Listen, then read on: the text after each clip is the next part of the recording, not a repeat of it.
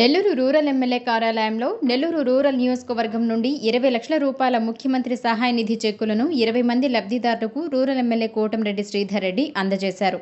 కూటమి ప్రభుత్వం అధికారంలోకి వచ్చిన తర్వాత ముఖ్యమంత్రి సహాయ నిధి చెక్కులను వేగవంతంగా లబ్ధిదారులకు చేరుస్తున్నామని ఎమ్మెల్యే అన్నారు.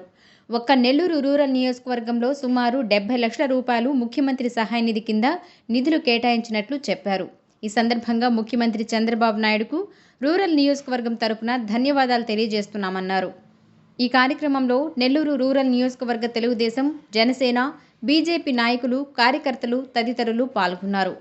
నెల్లూరు రూరల్ నియోజకవర్గంలో ముఖ్యమంత్రి గారి సహాయ నిధి కింద ఈరోజు 20 మందికి 20 లక్షల రూపాయలు డబ్బులు అందివ్వటం జరిగింది.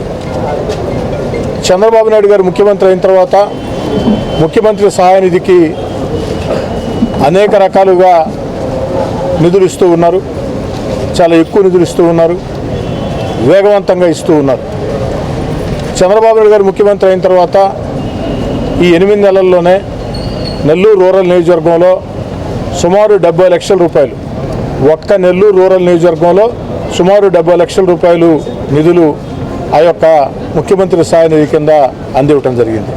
దీనివల్ల ఆ కుటుంబాలకి ఎంతో మేలు జరుగుతుంది. మనస్ఫూర్తిగా చంద్రబాబు నాయుడు గారిని అభినందిస్తూ ప్రజలందరి ఆశీస్సులు, దేవుడి ఆశీస్సులు ముఖ్యమంత్రి చంద్రబాబు గారికి ఉండాలని చెప్పి కోరుకుంటూ, మన దేశమే కాకుండా ఇతర దేశాల్లో కూడా ఆంధ్రప్రదేశ్ చెందినటువంటి ప్రముఖ పారిశ్రామికవేత్తలు, ప్రముఖ వ్యాపారవేత్తలు, వివిధ రంగాల్లో ఆర్థికంగా స్థితివంతులుగా ఉన్న వ్యక్తులు ఎంతోమంది ఉన్నారు. వారందరినీ కూడా కోరుతూ ఉన్నా, ఆంధ్రప్రదేశ్లో ముఖ్యమంత్రి చంద్రబాబు నాయుడు గారు ముఖ్యమంత్రి సహాయ నిధి కింద ఇస్తున్నటువంటి నిధులకి మీ అందరి సహకారం కూడా ఇంకా ఎక్కువ ఉండాలా.